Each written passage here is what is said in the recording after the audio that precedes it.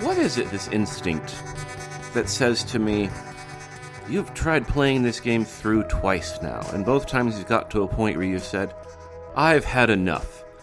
And that my instinct in response to that isn't, well, I guess that game's not for me and I've got better things to do with my time. It's, maybe I didn't try hard enough to like it. No, I think there's something to it, because there are definitely games that I've finished on my third or fourth try, and I think part of it is that, like, on your first playthrough of a game, the cognitive load is evenly distributed throughout every part. So it's like you can use up all of your patience or like brain power for playing a game in like the first 10, 15 hours of playing it. And that's totally reasonable. But then sometimes you go back later and you restart the game and you were like, oh yeah, I kind of remember all of this part. And I know, and you might have like figured out ways to be more efficient or to optimize because you know later game things. So just playing the first part of the game is just not as like strenuous anymore, which means that you have more energy and mental focus going into a later part of the game. I literally feel that's what happened with me with like both Dark Souls and Bloodborne, because those were both games that I really liked, but I crashed out so hard in the early parts of them several times before I was finally able to go back and be like, you know what? I've gotten my ass kicked so many times in this early part that it's no longer stressful anymore, and I can kind of get past it into the rest of the game. The Blood-Starved Beast is something that made me change the way I feel about life. That was the thing where I first encountered it, and I'm like, this game's for fucking freaks. This thing that's all over me, and it's slashing and spreading poison, and it's scary, and it's got the face like the most scariest attack vagina you could have ever imagined. And then to beat it, and that's an incredible feat. And then to like get to the point where you're like, oh yeah, that's not even a big deal. It's like the third big boss in the game. And it's like a reminder that, yes, you can over time start to develop the pattern, skills, and habits necessary. If you just stick to it, you try hard enough, eventually, through determination, you can get a little bit better at a video game. Yeah, I started to say, it's such a good habit to build. It's such a strong and satisfying work ethic thing being applied to something that is fundamentally one of the most useless activities a human being can engage in. Yeah, I have had a guitar for years, and I look at that and I'm like, no way anyone could ever play one of those. I'm going to put some more hours into Street Fighter so I can remember more esoteric combos and memorize everyone's lore while I'm at it. And because we're talking about the things that we should be doing with our lives but happily aren't, I'm Nick. And I'm Kyle. And this is the podcast. We call it The Big Bang Theory. It's about a television show called... That's our cool theme song. And it's about a show called The Big Bang Theory, which has its own theme song. I won't say it's cool. And for today's episode, we watched officially the 18th episode of... I'm lisping. I'm going to lean into it. The 18th episode of the 10th season of The Big Bang Theory, officially titled The Escape Hatch Identification.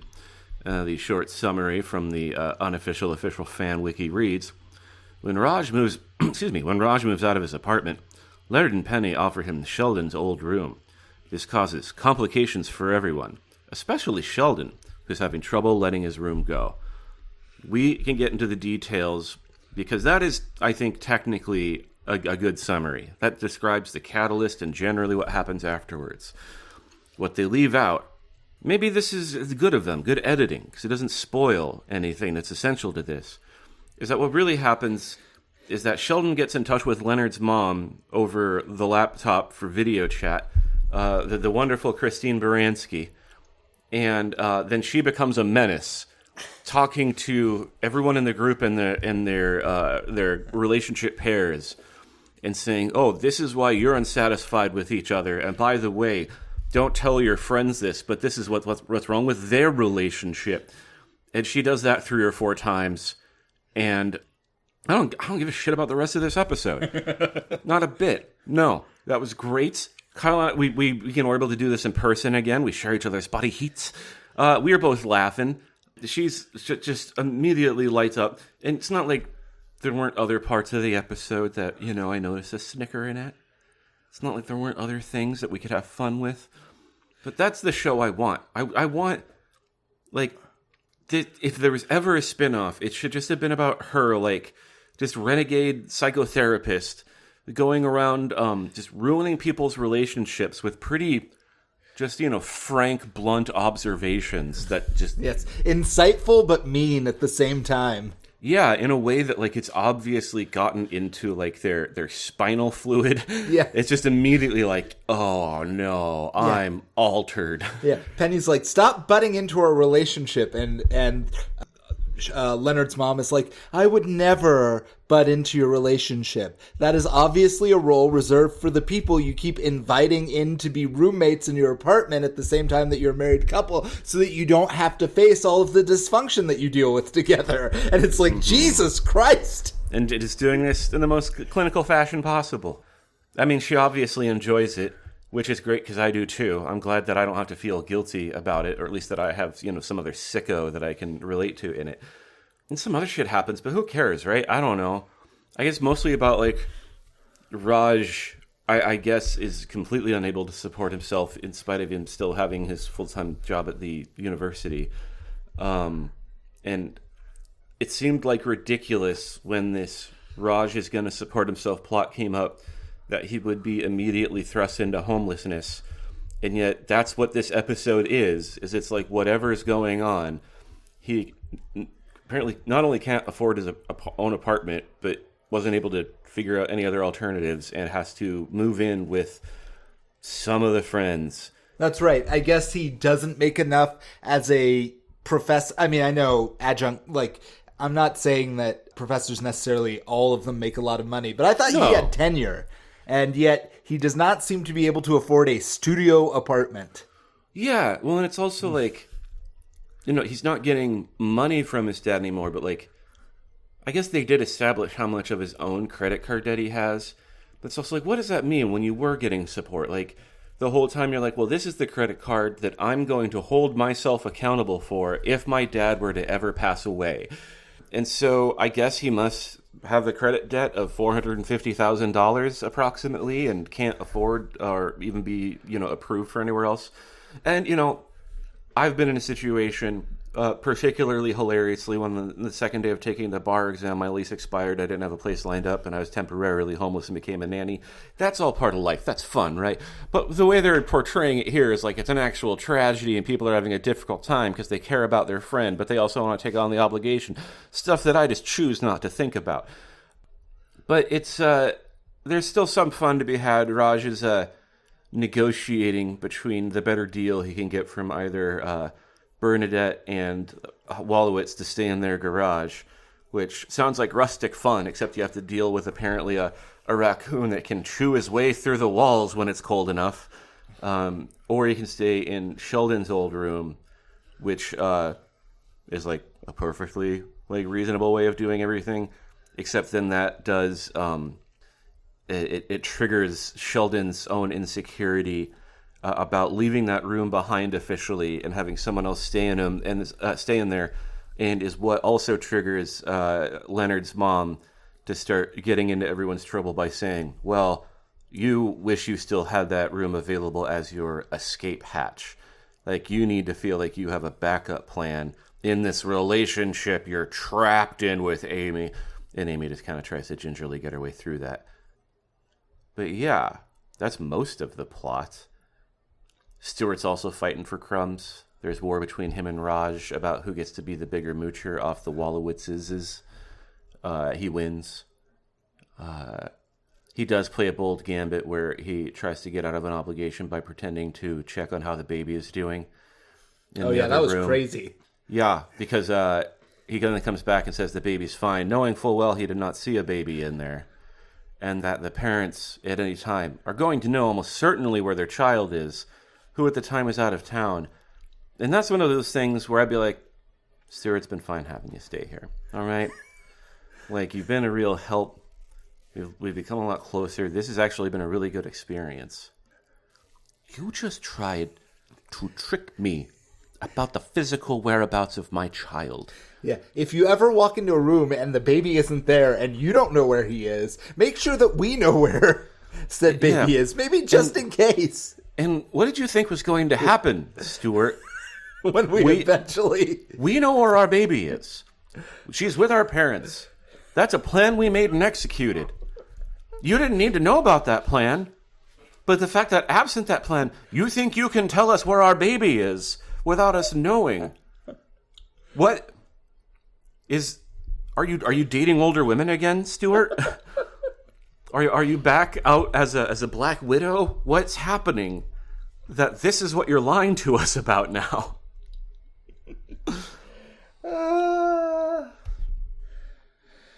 Yeah, I don't know.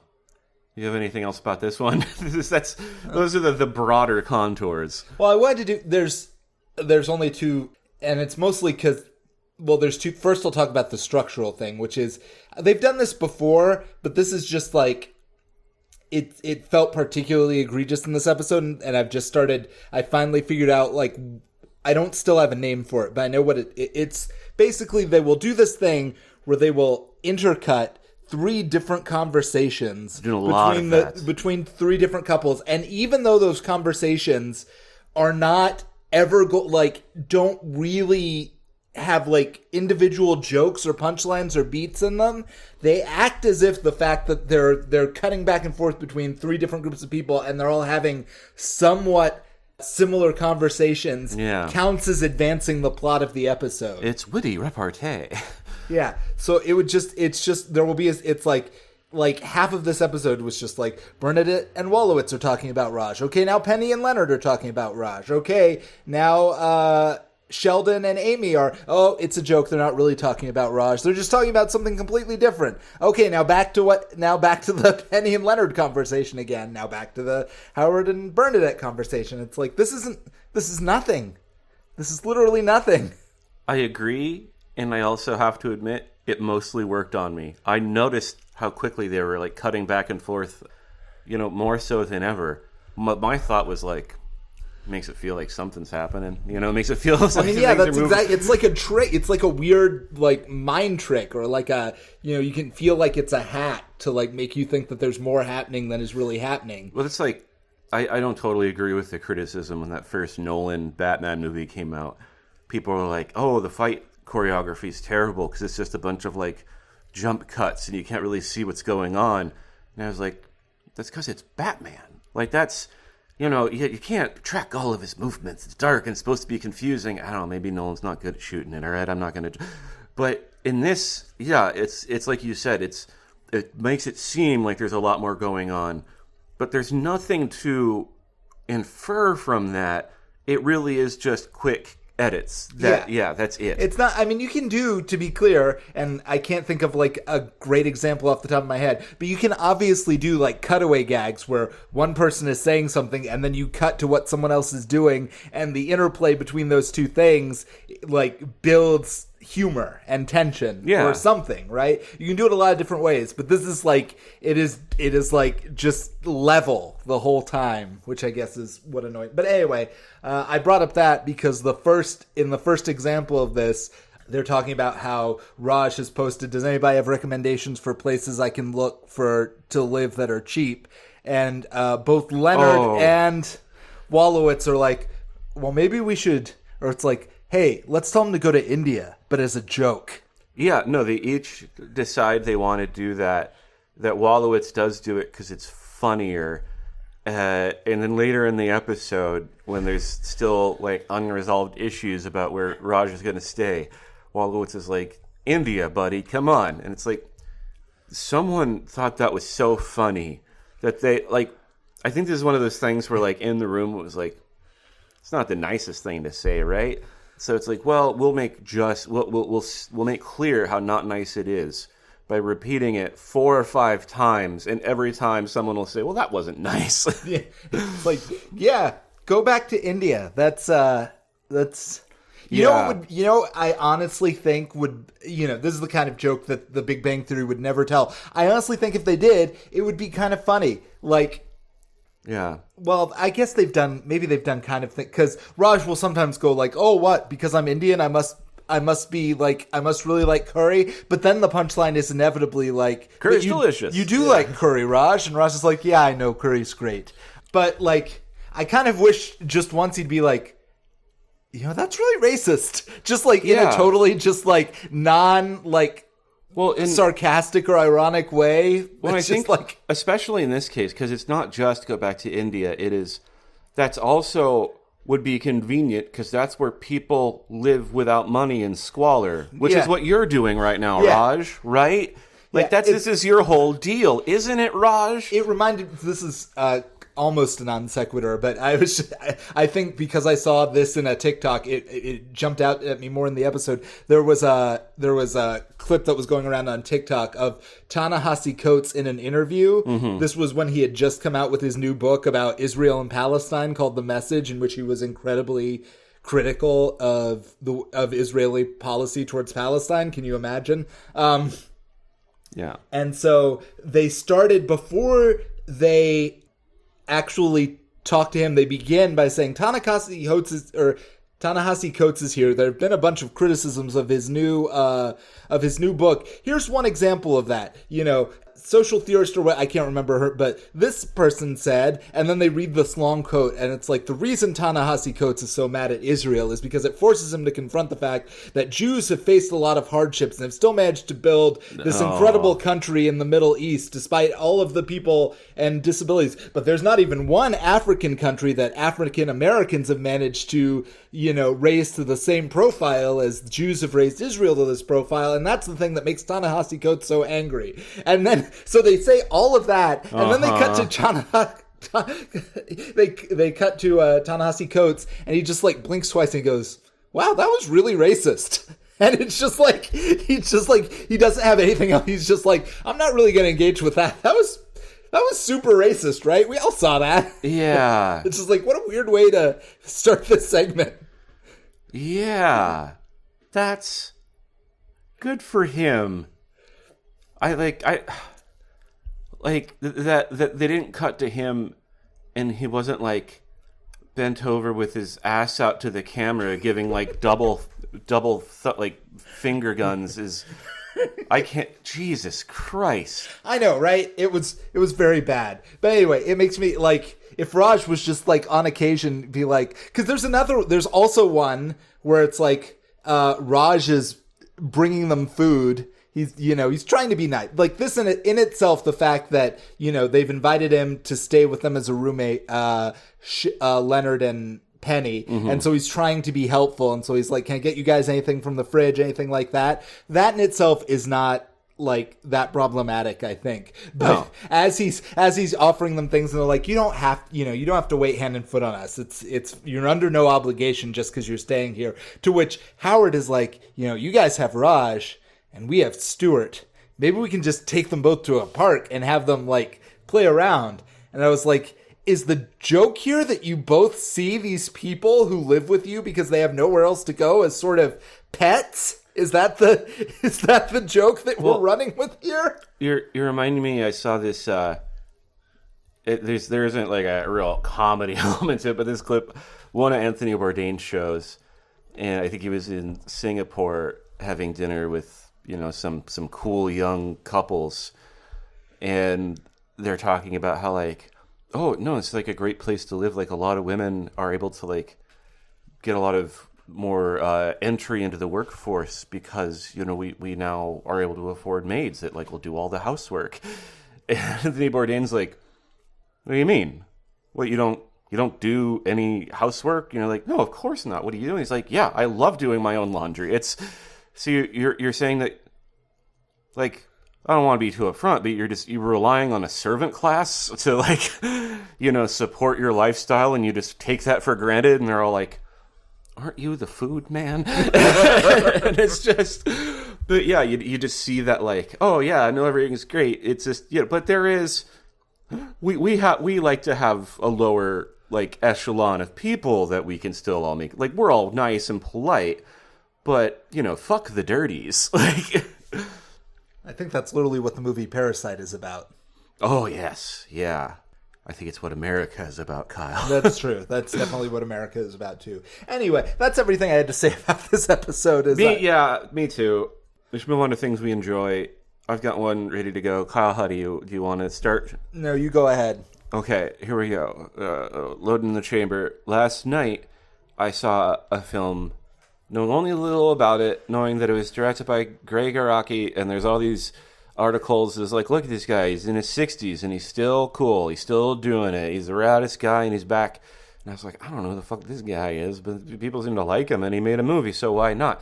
And so I went and saw I Want Your Sex, and it was a movie I liked. Good job, Greg. And I guess the basic premise is that, I can't even remember the actor's name right now. I think it's Cooper Hoffman. He is a freshly graduated out of college, artsy, no future, no money type, who gets a job that he is more or less unqualified for in an art studio, being one of many assistants to Olivia Wilde's character, who is this very, of the moment, like, pop artist who focuses mostly on pretty, I say graphically is not wrong, but, very, upfront, sexual material. And, where the line is between, what is art and, what, she's just producing could be considered pornography is, a question that comes up a few times. But what the movie's really about is almost immediately after taking the job, Olivia Wilde asks young Cooper Hoffman to come into her office and is like, do you have a girlfriend? Good. That'll make it less weird when we start fucking, right? And he's like, what? No, you're my boss. This is crazy. And she's like, you millennial. No, you Zoomers, I guess. And so the movie kind of turns into, overall, not in a serious way at all, but, a discussion of, just kind of, sexiness, eroticism, what it is to, either have, meaningful or casual sex, the difference between ages and power dynamics. It's also, very explicitly, Olivia Wilde is, the dom in a relationship with her new little ginger sub. But she's Olivia. I assume part of the tension there is well, at least she's super hot, right? Well, I don't know if there's any tension to it as much. That's I don't think there's. Oh no! Is she too hot? No, it's oh yeah, absolutely. I'll do whatever you want. Yeah. And that's. So I saw it with a friend, and afterwards, I was telling her I liked it, but I don't know how much is because it's a good movie versus how much Olivia Wilde is just so fucking hot. Because she is. If you're wondering what she's been up to, how she's doing great. She's great in this. I think she also recently directed a movie that's making the rounds and is pretty popular too. So good on her for starring in one movie while directing another, if I'm thinking of the same person. Well, she definitely had some sort of recent directorial thing that I think did do well. And yeah, I think what I like most about it is, it is very expressly about sex and sexual relationships and power dynamics, but it's funny.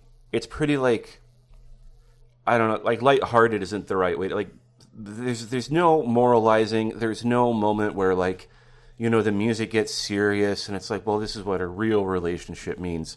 Or, oh, we engage in these behaviors because of this thing, or then this is one. None of that. It's just hey, what are how far do we go with how much we want to be banging each other and how much that means, in the context of other relationships.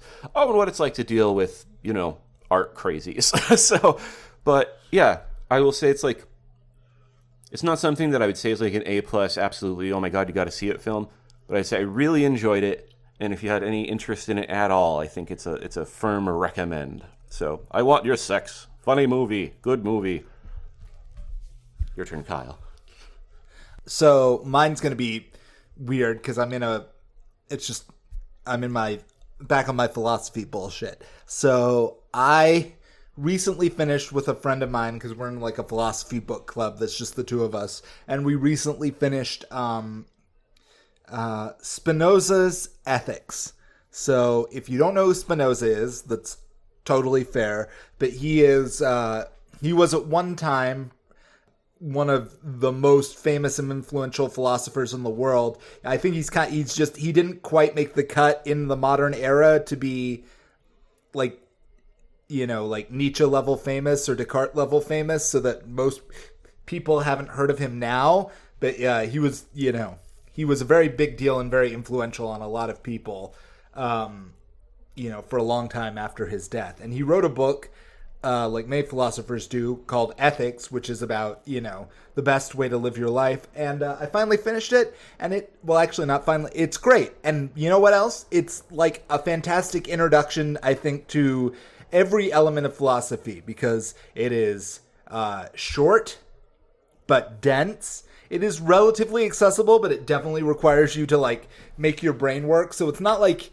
it's not the easiest read in the world, but it is very impressive because he basically starts out by being like, here's the metaphysics, here's how I think the universe works.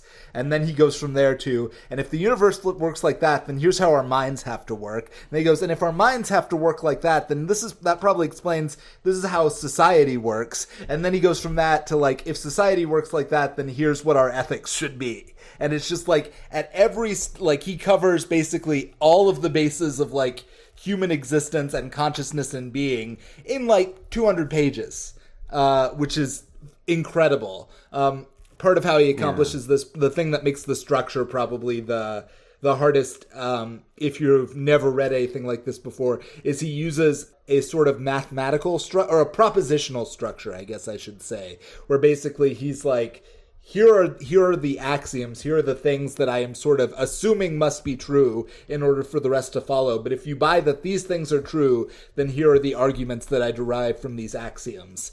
And so, like, if you don't think the axioms are true, if you don't think, like, the things he starts out by assuming... get your money back. or make any sense, then you don't have to go on this journey with him. But it's kind of one of those things where if you do, even if you don't, like, end up agreeing with everything he says, it really sort of helps. It changes the way you look at the world. I found it is, like, instantly in my... I mean, it's not just me, by the way. Like, people as diverse as, like, George Eliot, the English author, and... who's that? Bertrand Russell. Like several people have famously Nietzsche himself, like once read Spinoza and was like, this guy gets it. Which is more praise than I think he heaps on basically any other philosopher in existence. So great. It's a great little read. It's instantly in my top 10 philosophy books. If you're looking for a philosophical work to really challenge you, but also be really like relatively, short and accessible, then I would recommend it to just about anyone. And again, the philosopher's name is Spinoza, and the work is just called Ethics. How does it compare to other books that are simply called Ethics? Well, the only other book I think that's just called Ethics that I've read is Aristotle. And he kicks Aristotle's nuts, right? Well, actually, I mean, sort of what's interesting is that they end up prescribing pretty similar behavior. Like with Spinoza, it's not necessarily that how he's telling you to live is like that unintuitive. He's just giving you a different set of tools for how to get. He's like instead of saying like you need to do all this stuff to accomplish like some end or something like that, he's like once you see the world the way I see the world, you'll see that it's, not as hard as you think it is to be a good person. Sounds like he kicks Aristotle's nuts. I like him a lot. I do like it more than I like the Nicomachean Ethics, which is the book by Aristotle. So take that, Aristotle's nuts.